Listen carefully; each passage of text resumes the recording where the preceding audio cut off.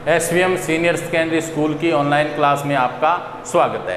प्यारे बच्चों, आज सामाजिक विज्ञान कक्षा 9th में अपना पहला अध्याय फ्रांसीसी क्रांति के बारे में पढ़ रहे थे। आज का अपना टॉपिक है फ्रांस में आतंक राज।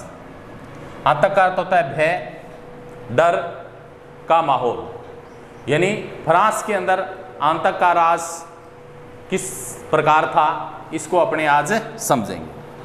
सन 1793 से लेकर 1794 तक, यानी 1793 से 1794 का जो समय था, ठीक है, इस समय को क्या कहा गया? आतंक काल कहा गया। ठीक है, ये जो समय था बड़ा भयानक था फ्रांस के अंदर। रोबेस्पियर ने नियंत्रण एवं दंड की सख्त नीति अपनाई, यानी वहाँ जो रोबेस्पियर था, जिसने जनता पर नियंत्रण करने के नियंत्रण एवं दंड की नीति,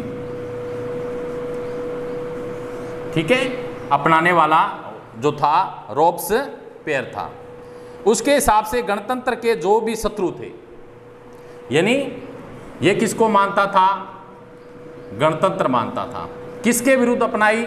जो क्या है, फ्रांस के अंदर गणतंत्र नहीं चाहते थे, फ्रांस देश को स्वतंत्र या आज़ाद नहीं देखना चाहते थे, ऐसे लोगों के खिलाफ रोबेस्पियर ने उन पे नियंत्रण करने के लिए, ठीक है, दंड देने की जो नीति थी, निर्णय किया, जो कानून बनाया, जो नियम बनाया, वो बड़ा ही क्या था? सख्त था।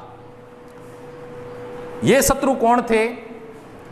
एक तो कुलीन, यानी जो फ्रांस के कुलीन लोग थे, जो अमीर लोग थे। दूसरे जो पादरी, चर्च के जो पादरी थे, ठीक है, तो ये जो लोग थे, और अन्य जो राजनीतिक दलों के सदस्य, राजनीतिक दलों के सदस्य, इनके खिलाफ इसने सख्त नियंत्रण एवं दंड की नीति अपनाई। जो फ्रांस के अमीर लोग थे और फ्रांस के जो अमीर चर्च के जो मुखिया थे, पादरी जो अमीर थे, और राजनीतिक दलों के जो सदस्य थे, जो फ्रांस को क्या है? स्वतंत्र नहीं देखना चाहते थे, फ्रांस को आज़ाद नहीं देखना चाहते थे। इस वजह से क्या है, रोबेस्पियर ने उनके प्रति नियंत्रण एवं दंड नीति, जो नियम था, कानून था, ठीक है, सख्ती से लागू किया। उसकी कार्यशैली से असहमति रखने वाले पार्टी सदस्य हैं। अब जो इसकी कार्यशैली थी, ठीक है, आज़ाद फ्रांस के अंदर रोबेस्पियर की भूमिका, जो इसकी कार्यशैली थी, उससे ये जो लोग थे वो क्या थे? असहमत थे। क्या थे? असहमत थे। असहमत थे।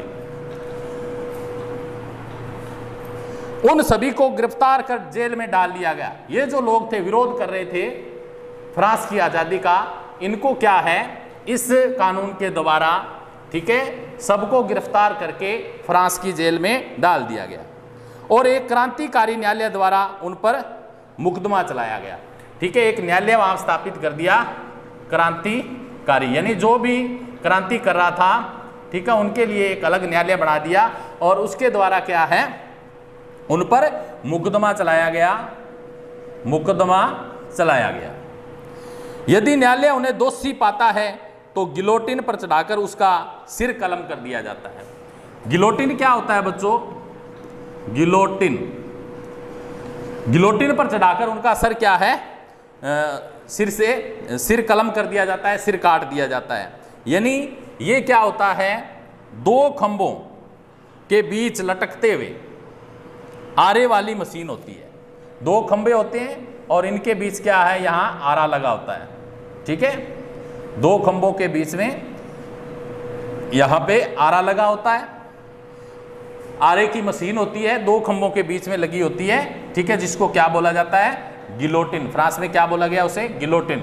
यानी ये जो लोग थे क्रांतिकारी, जो फ्रांस को आज़ाद नहीं देखना चाहते थे, उनको गिलोटिन पर चढ़ाकर उनका सर है जो धड़ से अलग कर दिया जाता था और काट दिया जाता था। जिस पर रखकर अपराधी का सिर धड़ से अलग कर दिया जाता था। इस मशीन का नाम इसके आविष्कारक डॉक्टर गिलोटिन के नाम पर पड़ा। किस नाम पे पड़ा? क्योंकि इस मशीन का आविष्कार किसने किया? डॉक्टर गिलोटिन ने। डॉक्टर गिलोटिन ने इस मशीन का निर्माण किया। इस वजह से ही क्या है, इसका नाम क्या पड़ा? गिलोटिन।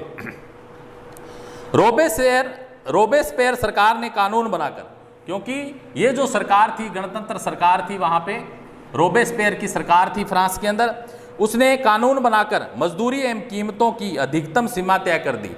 जो मजदूरी थी फ्रांस के अंदर, मजदूरों को क्या मजदूरी है वो तय कर दी, और जो कीमत है वस्तुओं की वो तय कर दी।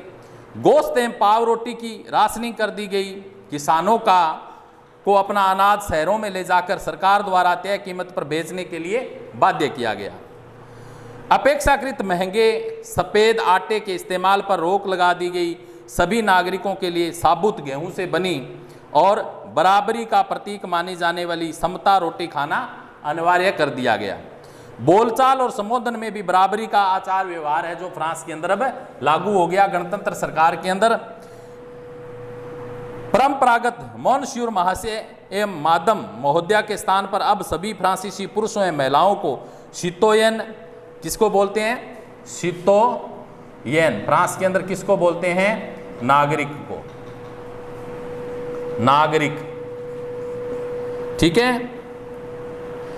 एम सितोयन नागरिका, सितोयन का अर्थ क्या होता है? नागरिका, यानी पुरुषों और महिलाओं के लिए इन शब्दों का वहां पे उपयोग किया गया। और वहां पे जो मॉन्स्यूर था उसके स्थान पर महाशय और मदाम के स्थान पर क्या है? महोदया कर दिया गया। चर्चों को बंद कर दिया गया। ये जो पादरी लोगों के चर्च थे फ्रांस के अंदर, ठीक है, ये चर्च थे, इनको भी क्या कर दिया? रोबेस्पियर सरकार ने बंद कर दिया।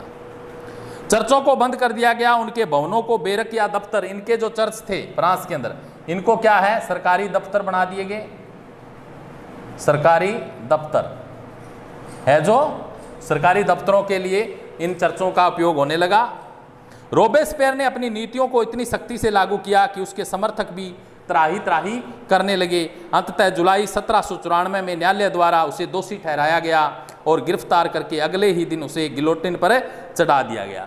क्योंकि इससे क्या है? लोग परेशान हो गए इसकी सख्त नीति से। इस वजह से क्या है, जो वहाँ का न्यायालय था उसने क्या है? रोबेस्पियर को दोषी ठहराया और उसे गिरफ्तार कर लिया और 1794 के अंदर क्या है? गिलोटिन पर चढ़ाकर, ठीक है, उसकी हत्या कर दी गई। उसका सर है जो काट दिया गया रोबेस्पियर का। अब जो फ्रांस के अंदर थे, क्या हुआ? रोबेस्पियर सरकार के पतन के बाद, रोबेस्पियर की मृत्यु के बाद पे वहां पे डिक्टेटरी शासित फ्रांस हो गया। जैकोबिन सरकार के पतन के बाद मध्य वर्ग के संपन्न तबके के पास सत्ता आ गई। नए संविधान के तहत संपत्तिहीन तबके को मताधिकार से वंचित कर दिया गया। यानी जिन लोगों के पास फ्रांस में संपत्ति नहीं थी, उन लोगों को क्या है? मत देने का अधिकार नहीं था। मताधिकार से उन लोगों को वंचित कर दिया गया। इस संविधान में 2 चुनी गई विधान परिषदों का प्रावधान था। इन परिषदों ने 5 सदस्यों वाली एक कार्यपालिका, 5 सदस्यों वाली कार्यपालिका, जिसे क्या बोला गया? डायरेक्टरी, को नियुक्त किया गया। इस प्रावधान के जरिए जैकोबिन के शासनकाल वाली एक व्यक्ति केंद्रित कार्यपालिका से बचने की कोशिश की गई, लेकिन डायरेक्टरों का झगड़ा अक्सर विधान परिषदों से होता है। तब परिषद उन्हें बर्खास्त करने की भी चेष्टा रखती है। डायरेक्टरी की राजनीतिक अस्थिरता ने सैनिक तानाशाह नेपोलियन बोनापार्ट के उदय का मार्ग प्रशस्त कर दिया। अब फ्रांस के अंदर क्या है? किसका उदय हो गया? जो तानाशाही शासक था नेपोलियन बोनापार्ट, ठीक है, उसके लिए रास्ता है जो आसान कर दिया। सरकार के स्वरूप में इन सभी परिवर्तनों के दौरान स्वतंत्रता, विधि सम्मत, समानता, बंधुत्व प्रेरक आदर्श बने रहे। इन मूल्यों ने आगामी सदी में न सिर्फ फ्रांस बल्कि बाकी यूरोप के राजनीतिक आंदोलनों को भी प्रेरित करने का काम किया। तो हमने आज पढ़ा फ्रांस के अंदर आंतक राज, जिसमें रोबेस्पियर सरकार थी और उसने वहाँ पे क्या है? नियंत्रण एवं दंड नीति अपनाई थी, जिससे क्या है? वहाँ पे जो कुलीन लोग थे, पादरी लोग थे, राजनीतिक लोग, जो दल थे, जो फ्रांस को क्या है स्वतंत्र नहीं देखना चाहते थे, आज़ाद नहीं देखना चाहते थे, जो लोग इसके रोबेस्पियर सरकार के विरोधी थे, उनके प्रति क्या ये नीति अपनाई गई और क्रांतिकारी न्यायालयों के अंदर उन पर मुकदमा लागू किया गया और उनको दोषी साबित होने पे क्या है गिलोटिन पे चढ़ाया गया। और उसने समता रोटी की व्यवस्था वहाँ की, सबके लिए समान व्यवस्था की बात की रोबेस्पियर सरकार ने, लोग इसके विरोधी हो गए, ठीक है। इस पे मुकदमा चला न्यायालय के अंदर और न्यायालय ने इसे अंतिम में क्या है दोषी ठहराया और इसे गिलोटिन पर चढ़ाकर, ठीक है, इसकी हत्या कर दी गई। और इसके बाद में फ्रांस के अंदर क्या है जैकोबिन जो सरकार थी, ठीक है, उसका अंत हो गया और वहाँ पे डायरेक्टरी शासित फ्रांस घोषित हो गया। और डायरेक्टरी शासित इसके अंदर क्या हुआ, कार्यपालिका 5 सदस्यों वाली कार्यपालिका जिसे डायरेक्टरी नियुक्त किया गया और इसके आधार पर क्या है फ्रांस की जो शासन व्यवस्था चली। इसके बाद नेक्स्ट अपने कल करेंगे, तब तक के लिए थैंक्स।